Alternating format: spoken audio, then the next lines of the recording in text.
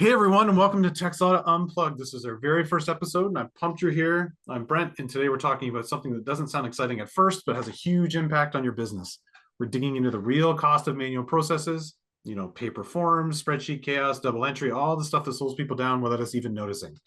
It's the kind of thing we say, well, that's just how we do it, without really thinking about it and what it's costing us down the line. With me is Paul, one of our product consultants here at Texada. Paul spent a lot of time in the trenches with dealerships, helping them modernize how they work, how he's got some great stories and practical advice for us to share. Let's get into it with Paul. So first, hey, Paul, let's start here. Why don't you introduce yourself and give us a little bit of color? And then one question is, why do you think so many dealerships run on manual processes, even in 2025? Sure. So hello, everyone. My name is Paul Phillips. I'm a product consultant here at Texada. I do have a background at a number of dealerships.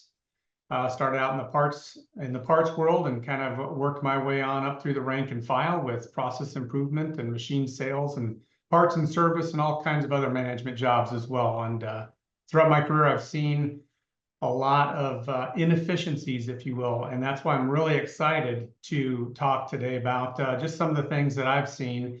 And to answer your question, Brent, is why do we still have inefficiencies today? At various dealerships. I think number one, in large part, you don't know what you don't know. As I would go around different dealerships, within the dealership, I would see my friends, my colleagues, and they'd have multiple screens, and they'd be copying and pasting from one screen into a spreadsheet, and then taking this spreadsheet and creating some pivot tables, and just a lot of copying and pasting. And what I come to find out is a lot of times that people don't know the tools that they have at hand or the right people to go to for those types of answers. So just a lot of manual processes at all different levels within a dealership, whether it's the sales side, the rental side, the service, the parts side, just a lot of that manual redundancy is what I've seen. And I mean, that reminds me of like if it ain't broke, don't fix it kind of mentality. But, sometimes it is broken and you just don't know. You just don't see it. It's just slowly leaking over time, and money kind of drains out the floor without you realizing it. It kind of reminds me of like using paper maps instead of GPS. You can get there, but you're probably missing alerts, faster routes, wasting time without even realizing it. You do get to the end result, but it takes a lot of chaos to get there. Do you have examples of those small inefficiencies that really pile up? Maybe something from the service bay or the shop floor, sales floor? Yeah. A couple of different examples might be just in terms of information, right? Whatever position that you might be in. For example, if I'm a product support sales rep selling parts and service, I'm going in and I'm looking at old DBS green screens to pull history. Then I'm copying the green screen of death. The green screen of death. But I'm copying and I'm pasting this stuff into a spreadsheet so then I can tabulate this.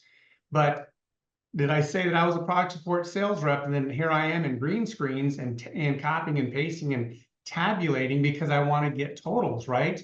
Well, if I'm behind a computer doing this as a product support salesperson, I'm not selling anything. Mm-hmm. And that's how I make my money. That's how I put food on the table. That's how I get grow the business for the dealership, is to be out and sell, right?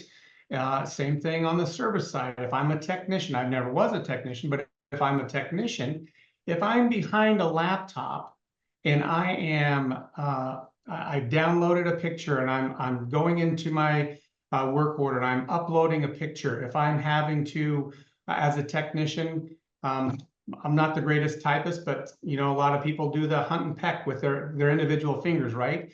If I'm a technician, I'm just going in hunting and pecking, and I've got to produce this service report. What is the work that I just did on this piece of equipment?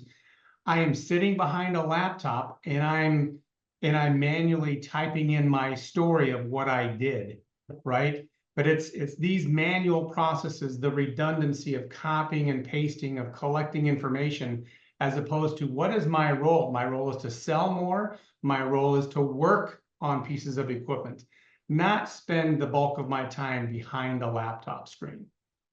Yeah, and it's the small, there's a couple analogies or euphemisms, but it's the small digs that bury a relationship. It's the leaky faucet mentality. It's not a big deal in the moment, but then you get the bill a month later and you realize how much water you've wasted, right?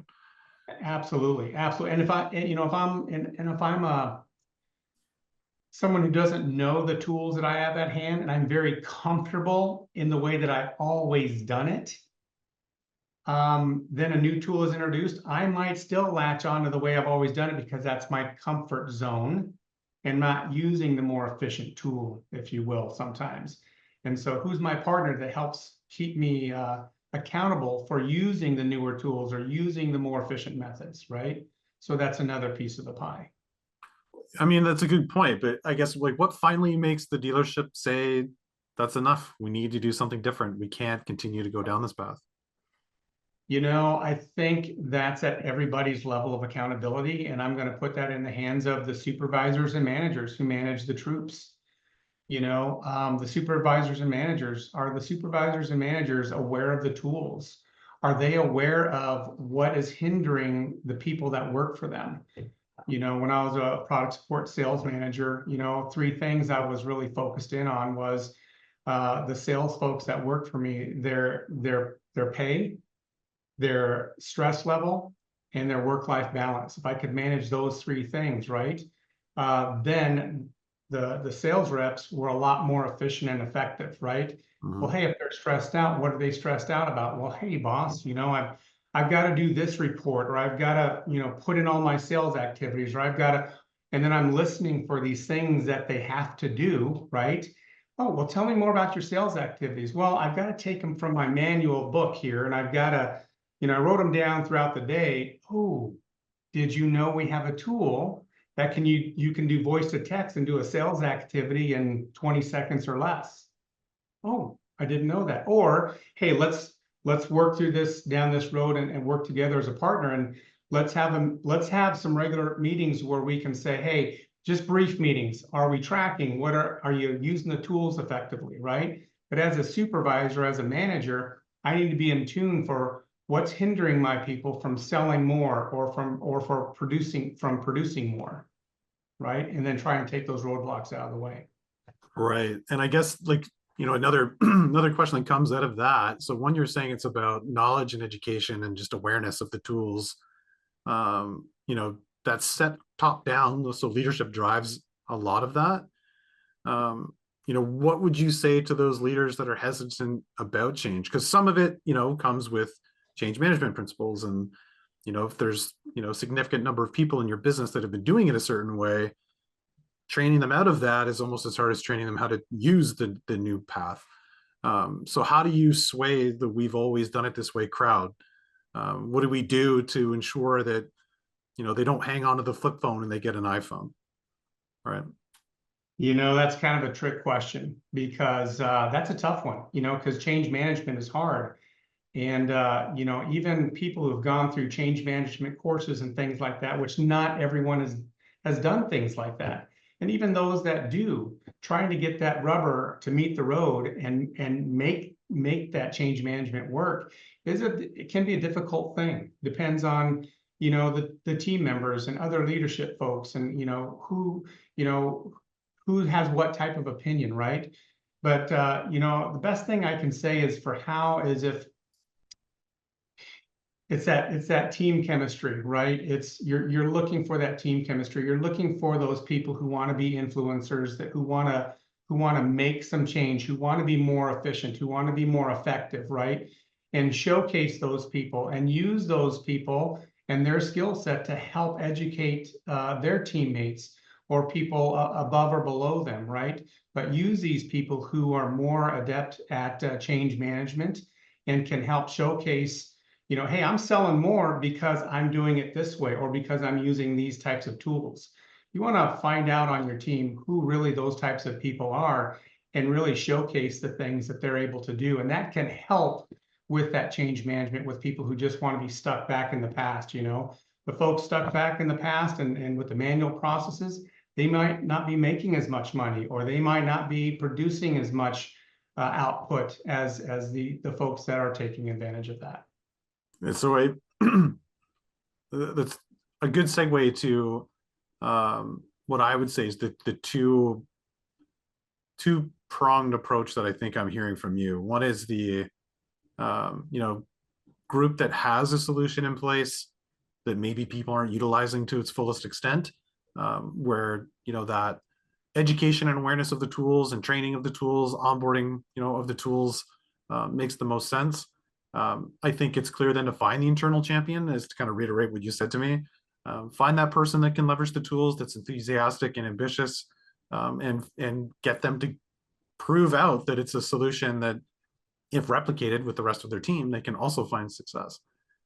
Where does it differ, though, for those that maybe don't even have anything at all, or this solution that they do have in place can't do the things that it really needs to do, and people are starting to look elsewhere? Or the bias here is that Texada does provide those types of solutions. Where is it that we need to provide some guidance or provide some tips on, again, where to really focus your laser focused approach on where I'm maybe too manual and things are too broken, and what I need to ask myself, where do I need to find the right solution to address the problems that I can uncover? So you're now talking about a new level of service that we are starting to offer, and those are called pro visits. A pro visit where you don't know what you don't know, right? Mm-hmm. So you have somebody like myself or one of my counterparts, other product consultants that can come out on site and start doing more rediscoveries, is what I'd like to call it, a rediscovery. What applications or what business processes do you feel you may not be as efficient in? Maybe you don't have any idea, but for those that have our applications, hey, for this application, let's walk through, how do you guys use this? What are you guys taking advantage of? Did you know sessions? Did you know it has this functionality? Or hey, let me watch you, what you're doing, how you're doing some of your processes and things like that. A lot of our applications are designed to work together, from the sales CRM portion all the way through fruition to the end result of actioning on a work order, or selling a machine, or getting the gross profit on a deal. All of our applications work together, and a lot of the did you know is, oh, I didn't know that this fed into this, or that this was accessible from this other application. And so some these pro visits, if you will, that can help identify that and help reintroduce or reintroduce, I guess would be the best way, because a lot of various dealerships will have turnover, right? You have people who are responsible for this thing, this process, and they've taken a new job within the dealership, or they've gone somewhere else, and then somebody else steps in and they just got the basic elements of what they were supposed to do, not knowing the full potential of what they could be doing and how they could be using the applications. Do you have an example, one, I guess, a practical real world example of the did you know, oh, I didn't know story? And then is there anything you can show us? Give that kind of pro visit digital snippet so that people can see exactly what that might look like. Yeah, I do. Let me see if I can bring it up for you. There was one dealership that we visited, and it was basically like a pro visit, if you will.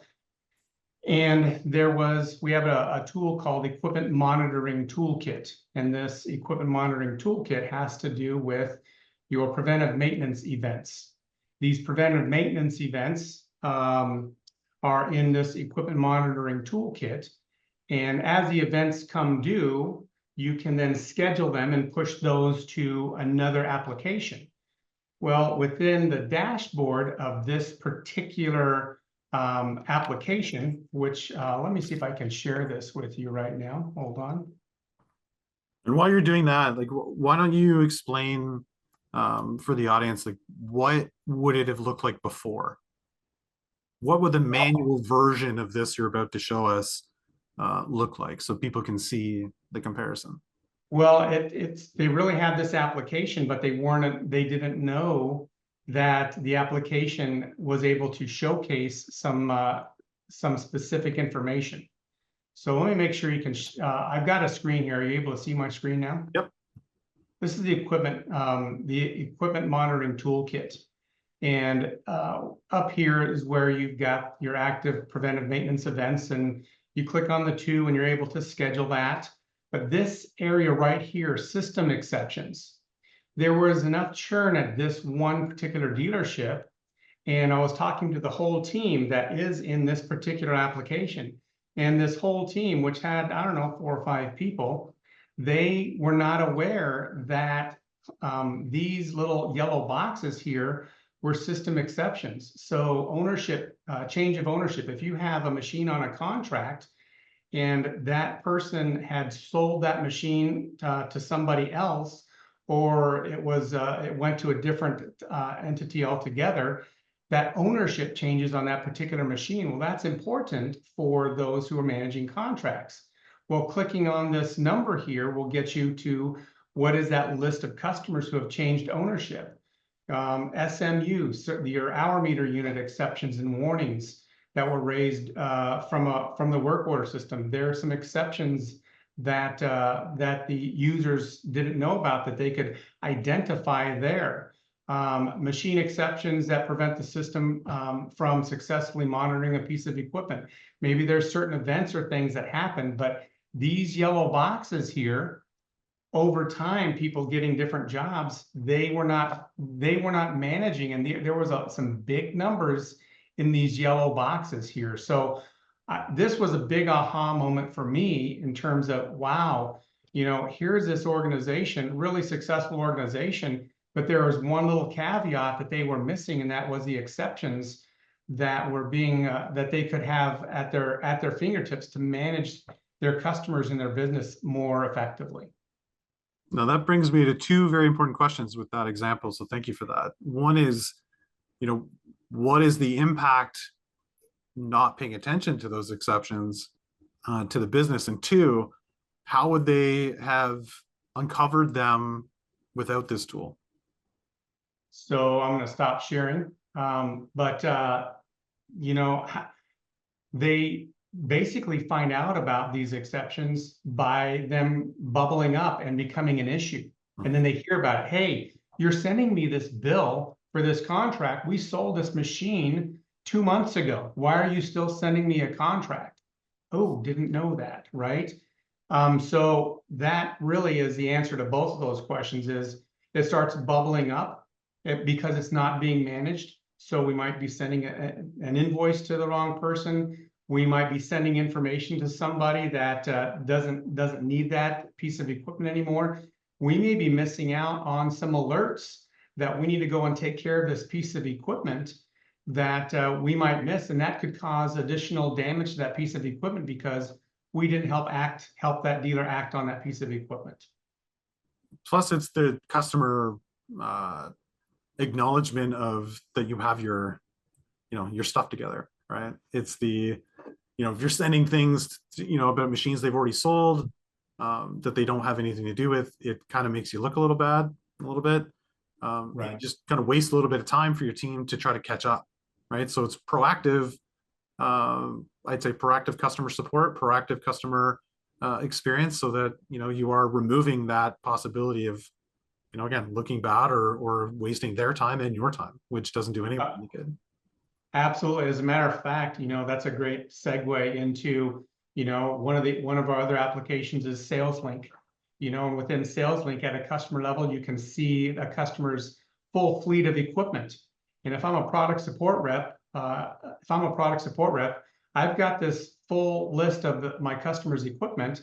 And over on the right-hand side, I've got a lot of different icons. Does it have a PM agreement? Is warranty expired?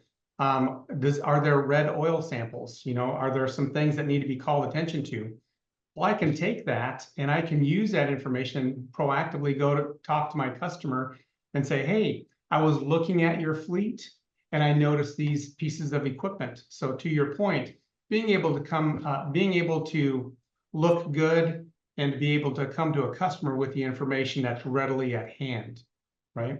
Yeah, I mean, it puts you in a better position to be customer experience forward, and obviously then make the opportunity or create the opportunity for your team to generate revenue from those, apparent issues that could arise, that you're not waiting till it's broken before you try to fix it.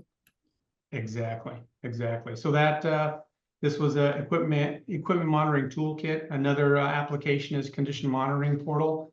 That condition monitoring portal that we have, it produces fleet reports.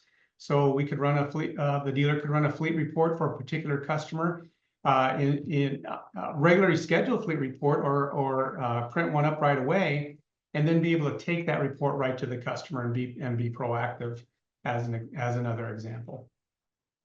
Right. So in your experience then, looking at the different levels of acceptance of this, let's try to remove manual processes, let's try to digitize, let's try to get professional, let's get proactive, let's get ahead of my customer and make sure that I'm giving them what they need when they need it.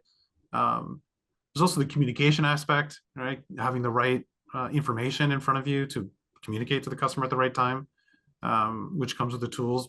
What other, what have you seen in the industry itself, again, whether it's our customers or people that you've spoken to recently or even in your past, where you've seen a good example of someone embracing, the move to a digitized world and removal of some manual processes?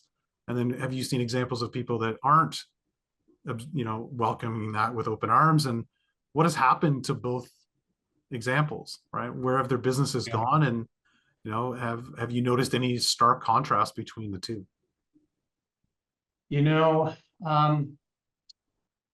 One good example would be one dealership that I worked at was really good at sales activities. Sales activities by the product support sales rep, the parts and service rep, as well as by the machine sales rep, as well as by the rental sales rep. And because these sales reps were doing their sales activities, each rep would know what was spoken to about that, with that customer. So each rep was better prepared to go into that customer and have further dialogue or help a deal further along. And that collaboration was pretty powerful, I think, for the reps that really had the same customers, because they all did those sales activities very well. And it just made them a more effective team. Plus, by doing that, it let the internal folks know, management leadership know, hey, what's really going on with this customer? Oh, there's an issue here, or oh, this issue was resolved. And then leadership and upper management would be even more privy to what was going on with that particular customer and could respond accordingly as well. So that really helped with establishing the relationship, working with that customer to establish that customer loyalty. And I think it just added more to being able to get more business as well. It builds trust. It builds trust at the same time, right? If you have the information at the ready and it seems like people are paying attention to your, the past conversations, you're not repeating yourself. I know that in my own experience, as a person that had to deal with a lot of different vendors and have lots of different sales processes, me in different variations and stages, having to repeat myself, especially if there's any sort of turnover, new sales reps or people that had just picked up an account, I'd had to re-explain myself and give them the scenario and situation so they could better, accommodate me. And that's kind of annoying. It's not the end of the world, but for those that kind of come on board and say, hey, I've already read your file, or exactly what's going on. This is where so-and-so left off. Where are you today? And what can I do to help you get, to where you need to get to? It kind of, you make me think about now these sales activities. As you're saying that, I'm thinking, these sales activities, if dealers aren't doing a good job or a good enough job at all of their customer touches being entered as a sales activity, they could be missing the boat in the very near future or even today. And what I'm talking about is when it comes to AI. Hmm. Everybody's getting more and more on AI. So, and even Texada, our products, we're implementing AI more and more into our products. But imagine if everybody did a great job at their sales activities. Hey, I talked to this customer about this. Hey, there was this issue, or hey, we resolved this, but each customer touch point had really good sales activities, voice to text, so very quick. AI could come in, analyze that, and give a quick, brief summary, right? Because it's a lot of work to go through and read everybody's sales activities and see, okay, what's the look and feel for this customer? How's this relationship working with this customer?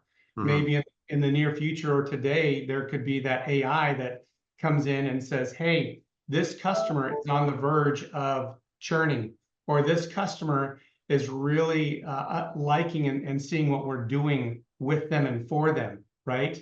But that AI summary for each customer account based off of the activity details, just something to consider as dealers move forward as well.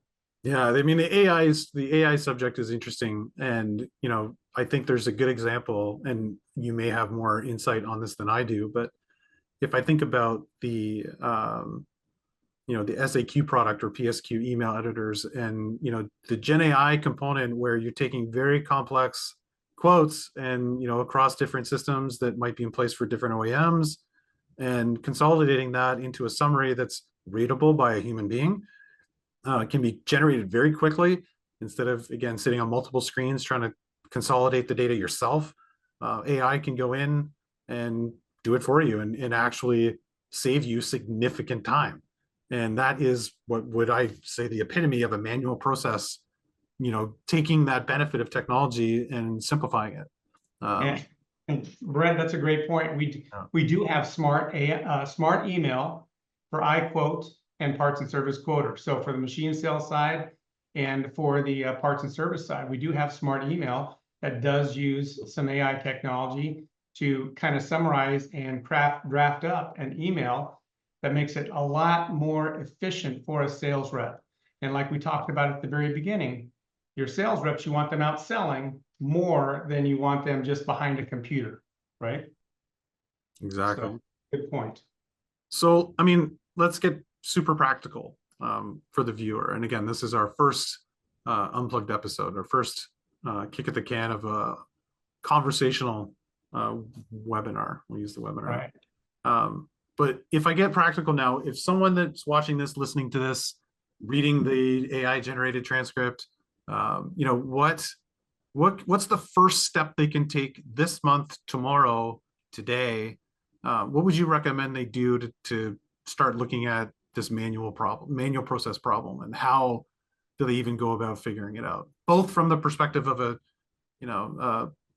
business that does not have all of the right solutions in place, and then I'll be again biased and say for those that maybe our customers are watching this and they're saying, hey, I've got this, what can I do? What's the first thing I can think of to go to back to my team and say, hey, let's take a look at this?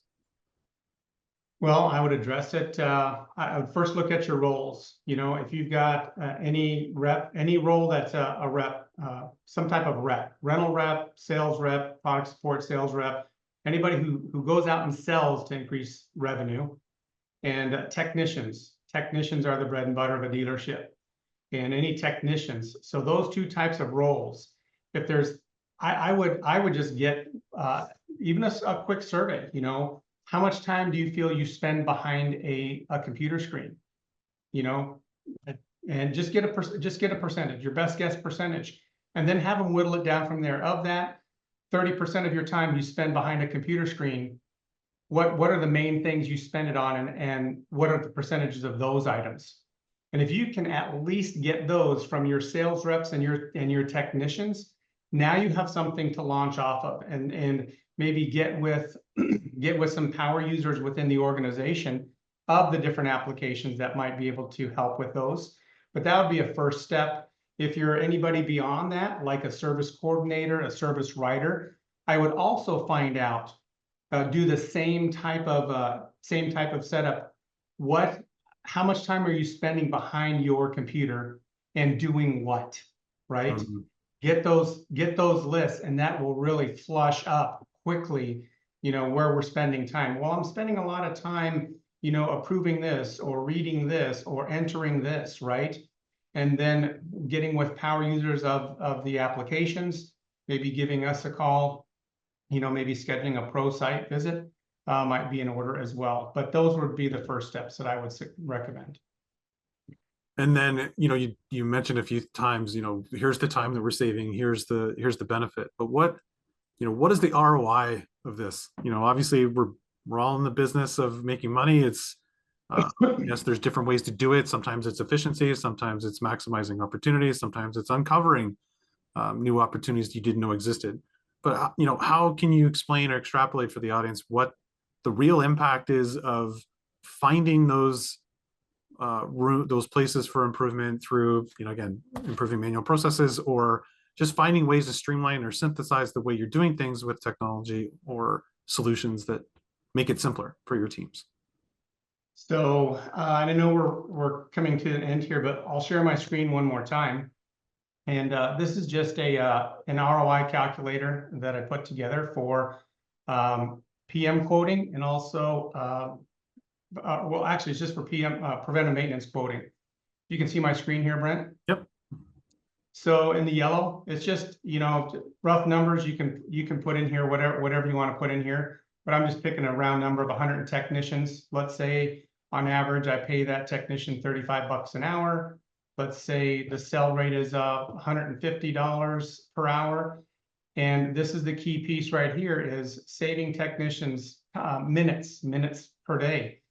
These tasks over on the right-hand side, just the bolded ones: time entry, notes for service reports, adding a picture to a work order, adding special codes to a work order for warranty purposes. But just these 4 items right here, how much time does one technician spend on average? Plug that number in here, put in a gross profit number for whatever your service gross profit is. If it's 65%, if it's 50%, whatever that number is. And coming down here, depending on the number of technicians, what's that cost of the 20 minutes per day per 100 technicians, or however many, at these rates? That cost for 100 technicians is $280,000 a year. If these technicians are spending 20 minutes a day on average, they are missing out on selling $500,000 worth of revenue. Based on whatever number you put up here, that's $250,000 worth of gross profit just in 100 technicians, each saving 20 minutes a day, or spending 20 minutes a day doing some other things. So if you can be more efficient and reduce this number down to 10 minutes, you're cutting these numbers in half, right? But I think most dealers probably should know, or if not, they should just do their own calculation to find out, what is the cost of a minute for a technician in this particular piece. This wasn't for PM quotes. I apologize. This is for strictly for service technicians, saving some time on these particular items. So I have another ROI calculator for PM quotes that I got mixed up, so I apologize. But this is for the service technician productivity, if you will. No, that's great. And I guess the takeaway for me is every minute counts, right?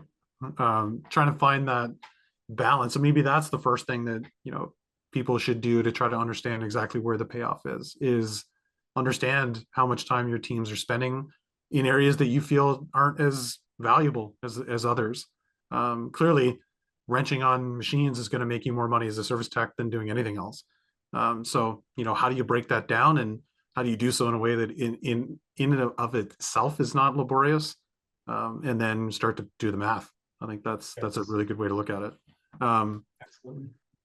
So we are getting near the end of the conversation for now, but just to recap, we've talked about manual processes, how they can sneak up on you, the small incremental things that you may not see every day lead up to a big pile of things at the end that could lead to revenue loss. It could lead to opportunity loss at different levels, keep your teams less motivated, not as happy, get them mired down in details that they typically don't want to deal with.